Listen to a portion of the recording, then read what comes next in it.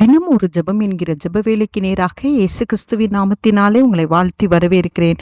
இன்றைய நாளுக்குரிய வசனம் சகரியா தீர்க்க தரிசன புஸ்தகம் அதிகாரம் 10 வசனம் 6.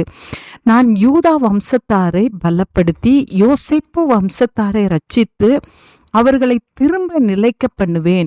நான் அவர்களுக்கு இறங்கினேன். அவர்கள் என்னால் ஒரு காலம் தள்ளிவிடப்படாதவர்களைப் போல் இருப்பார்கள்.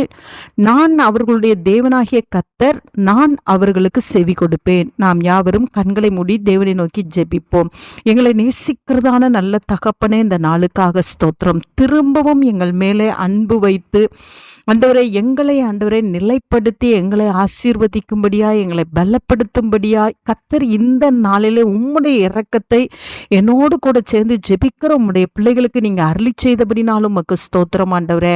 ஆமாண்டவரே, உம்முடைய பிள்ளைகள் பக்கமாய் திரும்பி வரும்பொழுது சுவாமி ஆண்டவரே, உம்மை பற்றி கொள்ளும் பொழுது ஆண்டவரே அப்பா, உம்முடைய பிள்ளைகளை பலப்படுத்துகிறீங்க, உமக்கு ஸ்தோத்திரம் ஆண்டவரே. உம்முடைய பிள்ளைகளை ரட்சிக்கிறீங்க, உமக்கு ஸ்தோத்திரம் ஆண்டவரே. உம்முடைய பிள்ளைகளுடைய குடும்பத்துக்குள்ளே ஆண்டவரே யார் ஆண்டவரே பலவீனமாய் காணப்படுகிறார்களோ ஆண்டவரே உமக்கு ஸ்தோத்திரம். அவர்களை பலப்படுத்தி பயப்படுகிற பிள்ளைகளை ஆண்டவரே பலப்படுத்தி ஆண்டவரே உம்முடைய பிள்ளைகளை நீங்க ரட்சிக்க கூடாதபடிக்கு உம்முடைய கரம் குறுகி போகவில்லையே ஆண்டவரே. உம்முடைய பிள்ளைகளுடைய குடும்பங்களுக்குள்ளே ரட்சிப்பை கட்டளையிட்டு ஆண்டவரே உம்முடைய பிள்ளைகளை ஆண்டவரே நீ திரும்பவும் நினைக்க பண்ணுகிற தேவனாய், அவர்கள் மேலே திரும்பவும் இறங்குகிற தேவனாய் நீங்க இருக்கிறபடினாலும் உமக்கு ஸ்தோத்திரம். அந்த ஆசீர்வாதத்தை இன்றைக்கு ஒவ்வொருவரும் பெற்றுக்கொள்ளட்டும் ஆண்டவரே.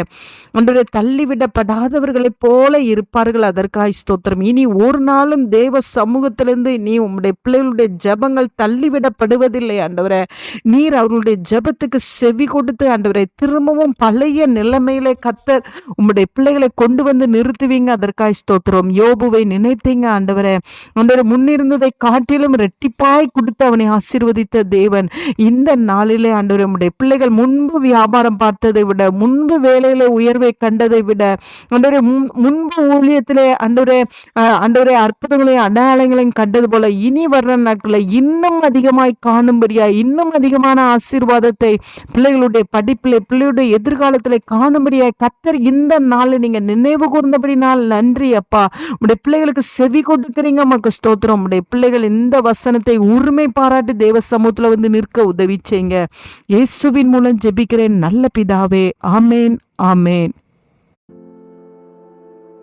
கிறிஸ்துவுக்குள் பிரியமானவர்களே, உங்கள் யாவருக்கும் இரட்சகராகிய இயேசு கிறிஸ்துவின் நாமத்தில் அன்பின் வாழ்த்துக்கள். தினம் ஒரு ஜெபம் எனும் நம்முடைய யூடியூப் பக்கத்தில் நாம் அன்றாடம் தேசத்திற்காக ஜெபித்து வரும் ஜெப குறிப்புகளை புத்தக வடிவில் தேசத்திற்கான ஜெபம் எனும் பெயரில் ஜெப கையேடாக வெளியிட தேவன் கிருபை பாராட்டியுள்ளார்.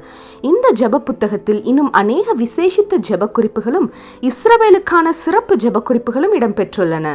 இந்த புத்தகத்தை இலவசமாய் பெற்றுக்கொள்ள விரும்பும் தேசத்திற்காக ஜெபிக்கும் ஆத்ம பாரம் உள்ளவர்கள் கீழே உள்ள வாட்ஸ்அப் எண்ணை தொடர்பு கொள்ளவும்.